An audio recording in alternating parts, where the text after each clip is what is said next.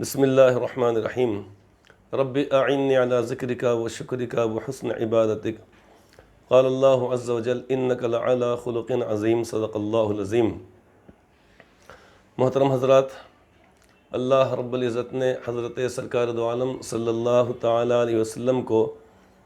پوری انسانیت کے لیے اور بطور خاص پوری امت مسلمہ کے لیے ایک نمونہ بنا کر بھیجا ہے۔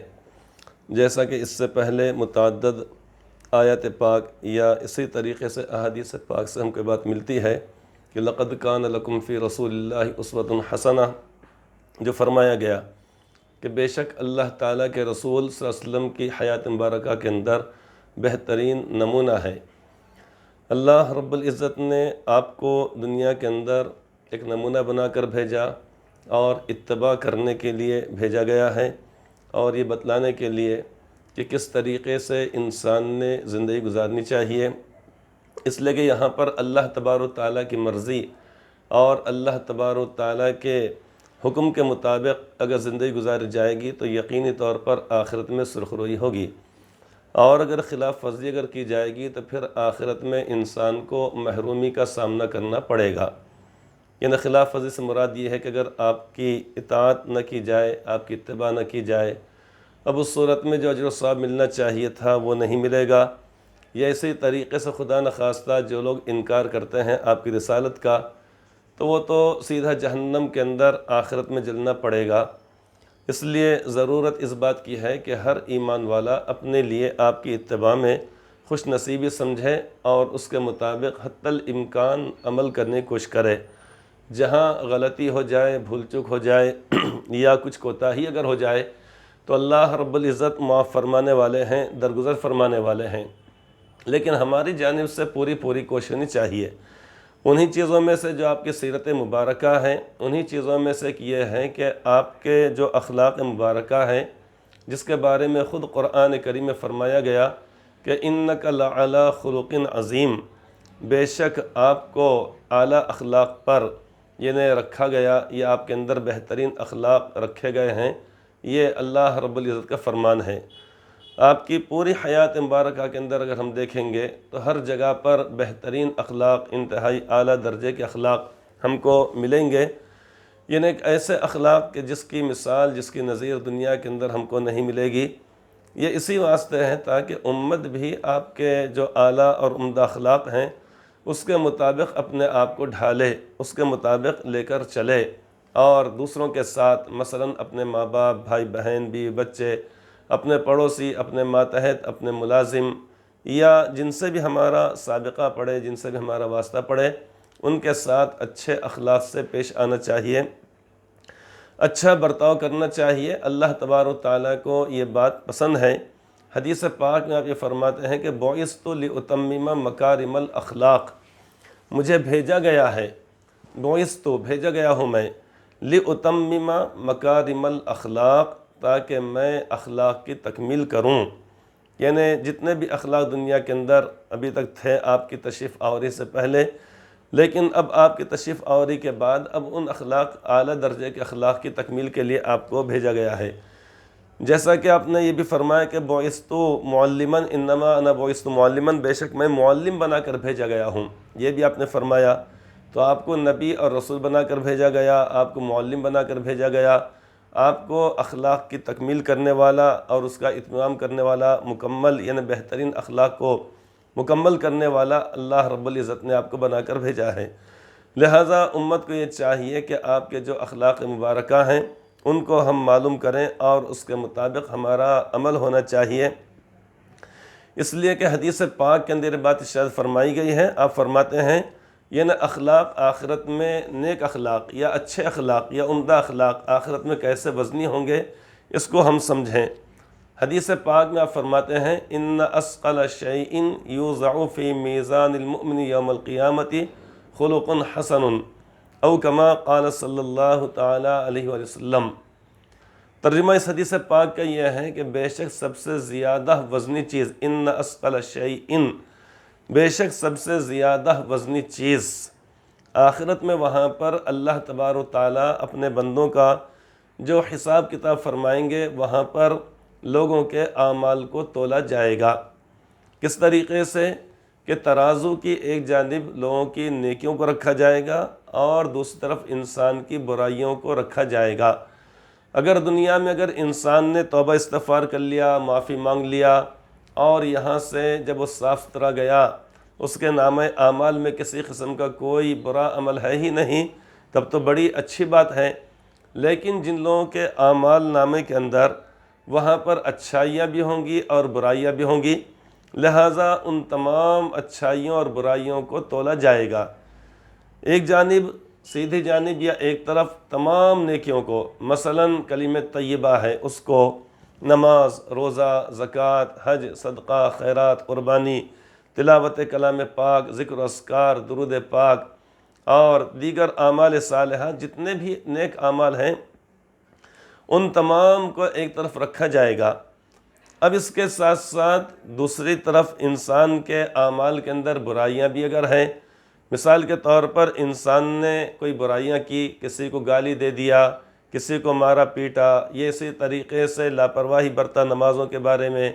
یہ اسی طریقے سے جو بھی اس نے برا عمل کیا، چاہے اس کا تعلق گناہ کبیرہ سے ہو یا کسی اور چیز سے ہو، بہرحال ویسے الگ الگ چیزیں، حقوق اللہ کا معاملہ الگ ہوگا، حقوق العباد کا معاملہ الگ ہوگا۔ حقوق العباد کے اندر مالی طور پہ اگر حقوق اگر کسی کے باقی اگر ہیں تو وہاں پر پھر ان کو تولا نہیں جائے گا، بلکہ انسان کی نیکیوں کے ذریعے سے اس کی تلافی بھرپائی کر دی جائے گی۔ لیکن دیگر جو برے اعمال کہلاتے ہیں، ان برے اعمال کو رکھا جائے گا ترازو میں، دوسری جانب رکھا جائے گا، جس کا ذکر قرآن کریم میں اللہ رب العزت نے فرمایا، وَنَضَعُ الْمَوَازِينَ الْقِسْطَ لِيَوْمِ الْقِيَامَةِ فَلَا تُظْلَمُ نَفْسٌ شَيْئًا وَإِنْ كَانَ مِثْقَالَ حَبَّةٍ مِّنْ خَرْدَلٍ أَتَيْنَا بِهَا وَكَفَى بِنَا حَاسِبِينَ۔ اللہ تعالیٰ فرماتے ہیں کہ اور ہم قیامت کے روز میزان قائم کریں گے۔ میزان کے معنی آتے ہیں، ترازو کے معنی آتے ہیں، وَنَضَعُ الْمَوَازِينَ الْقِسْطَ لِيَوْمِ الْقِيَامَةِ، اور قائم کریں گے ہم قیامت کے روز میزان عدل۔ وہاں پر یعنی اللہ تبارک و تعالیٰ چونکہ اپنے بندوں کے درمیان انصاف فرمائیں گے، لہٰذا اتمام حجت کے لیے کہ دیکھو ہم تمہارے اوپر آج ظلم نہیں کر رہے ہیں، بلکہ تم نے دنیا کے اندر جو اعمال کیے ہیں اب تمہارے سامنے ہی ان اعمال کو تول دیا جاتا ہے۔ اب یہ بات یہاں پر دنیا کے اندر بتلا دی گئی ہے۔ یہ اللہ رب العزت کا بڑا فضل و کرم ہے کہ جو سوالات آخرت میں پوچھے جائیں گے یا قبر میں پوچھے جائیں گے، مثال کے طور پہ قبر کے جو سوالات ہیں ان کو دنیا کے اندر یہاں پر بتلا دیا گیا، جبکہ عمومی طور پر پوری دنیا کے اندر جو امتحان لیا جاتا ہے، بچوں کو پڑھایا جاتا ہے، کوئی کتاب مثال کے طور پہ پڑھائی گئی، اب یہ کہا جاتا ہے کہ اس کتاب میں سے کوئی بھی 5، 7 یا 10 سوالات آ سکتے ہیں، لیکن وہ ان سوالات کو بتایا نہیں جاتا ہے، اور یہ کہا جاتا ہے کہ بس محنت کرتے رہو کرتے رہو کرتے رہو کرتے رہو۔ یہاں پر بھی دین کے معاملے میں یہی فرمایا گیا ہے، لیکن قبر کے اندر کیا پوچھا جائے گا ان سوالات کو بتلا دیا گیا کہ من ربک کا پہلا سوال کہ تمہارا پروردگار کون ہے، وما دینک کا اور تمہارا دین کیا ہے، یعنی تم کس دین کے اوپر قائم تھے، اور تیسرا سوال یہ کہ وما تقول لہذا الرجل، اور تم اللہ کے نبی کے بارے میں صلی اللہ علیہ وسلم کیا کہتے ہو۔ یہ 3 سوالات بتلا دیے گئے۔ اب آخرت میں وہاں پر کیا ہوگا، کیا کیا حالات سے گزرنا پڑے گا اس کو بتلایا گیا۔ مثال کے طور پہ پل صراط کے اوپر سے گزرنا پڑے گا، اس کو بتلا دیا گیا تاکہ انسان وہاں سے آسانی سے گزرنے کے تعلق سے تیاری کر سکے۔ آخرت میں وہاں پر حوض کوثر ہے، کن لوگوں کو وہاں پہ جام کوثر آپ کے دست مبارک سے ملے گا، اللہ کے نبی صلی اللہ علیہ وسلم کے، وہ بتلا دیا گیا ہے۔ اسی طریقے سے وہاں پر نیک لوگوں کے ہاتھ میں ان کا نامہ اعمال سیدھے ہاتھ میں دیا جائے گا، اس کو بتلا دیا گیا، اور جو لوگ بدکار ہیں ان کا نامہ اعمال بائیں ہاتھ میں پیٹھ کی جانب سے دیا جائے گا، اس کو بتلایا گیا۔ اسی طریقے سے یہ بتلایا گیا کہ آخرت میں وہاں پر لوگوں کے اعمال کو تولا جائے گا۔ اب جب تولا جائے گا تو اس لیے انسان نے، ایک ایمان والے شخص نے،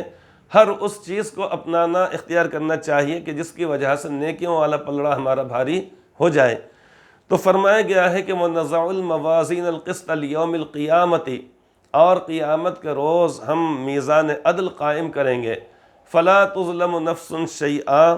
اس روز کسی شخص پر ذرہ برابر ظلم نہیں کیا جائے گا۔ یعنی ایسا نہیں ہوگا کہ انسان نے کوئی نیکی کیا، نیک عمل کیا اور فرشتے غفلت میں رہیں، اس لیے کہ فرشتوں کے ساتھ اللہ رب العزت نے کھانا پینا، اہل ویال، بیوی بچے یا اخراجات، مہنگائی، ضروریات کو لگایا ہی نہیں۔ ان کو ایک ہی ذمہ داری دی گئی ہے کہ جب بھی کوئی شخص اللہ تعالیٰ کا بندہ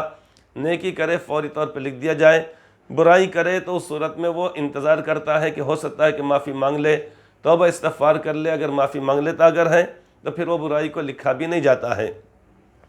لیکن اگر وہ معافی نہیں مانگتا ہے تو پھر لکھ دیا جاتا ہے۔ پھر جب کوئی نیک عمل کرتا ہے تو اس کے بعد وہ برائی مٹ جاتی ہے۔ تو بہرحال اللہ تعالیٰ فرماتے ہیں کہ فَلَا تُظْلَمُ نَفْسٌ شَيْئًا، آج ہم کسی کے اوپر ظلم نہیں کریں گے۔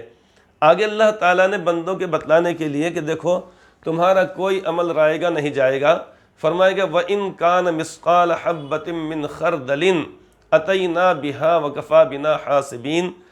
کہ اگر ہوگا کسی شخص کا کوئی عمل رائی کے دانے کے برابر، وَإِن كَانَ مِثْقَالَ حَبَّةٍ مِّنْ خَرْدَلٍ، اگر ہوگا کسی کا کوئی عمل رائی کے دانے کے برابر ہوگا، ذرہ برابر ہوگا، اتینا بہا، تو ہم اس کو بھی لائیں گے۔ ایسا ہرگز نہیں ہوگا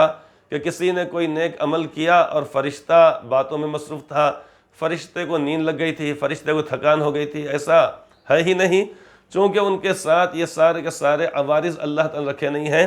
لہٰذا اللہ تعالیٰ فرماتے ہیں کسی کا کوئی عمل اگر چاہے کہ رائی کے دانے کے برابر اگر ہوگا، اتینا بہا، تو ہم قیامت کو اس کو لے کر آئیں گے، وہ کفا بنا حاسبین، اور ہم حساب کرنے کے لیے کافی ہیں۔ تو بات یہ بتلائی جا رہی تھی کہ حدیث پاک کے اندر یہ بات فرمائی گئی ہے کہ میزان عدل کے اندر جو چیزیں وزنی ہوں گی ان میں سے اس تعلق سے بھی فرمایا گیا، دوسری مجلس میں انشاءاللہ تعالیٰ پھر اس کو بتلایا جائے گا۔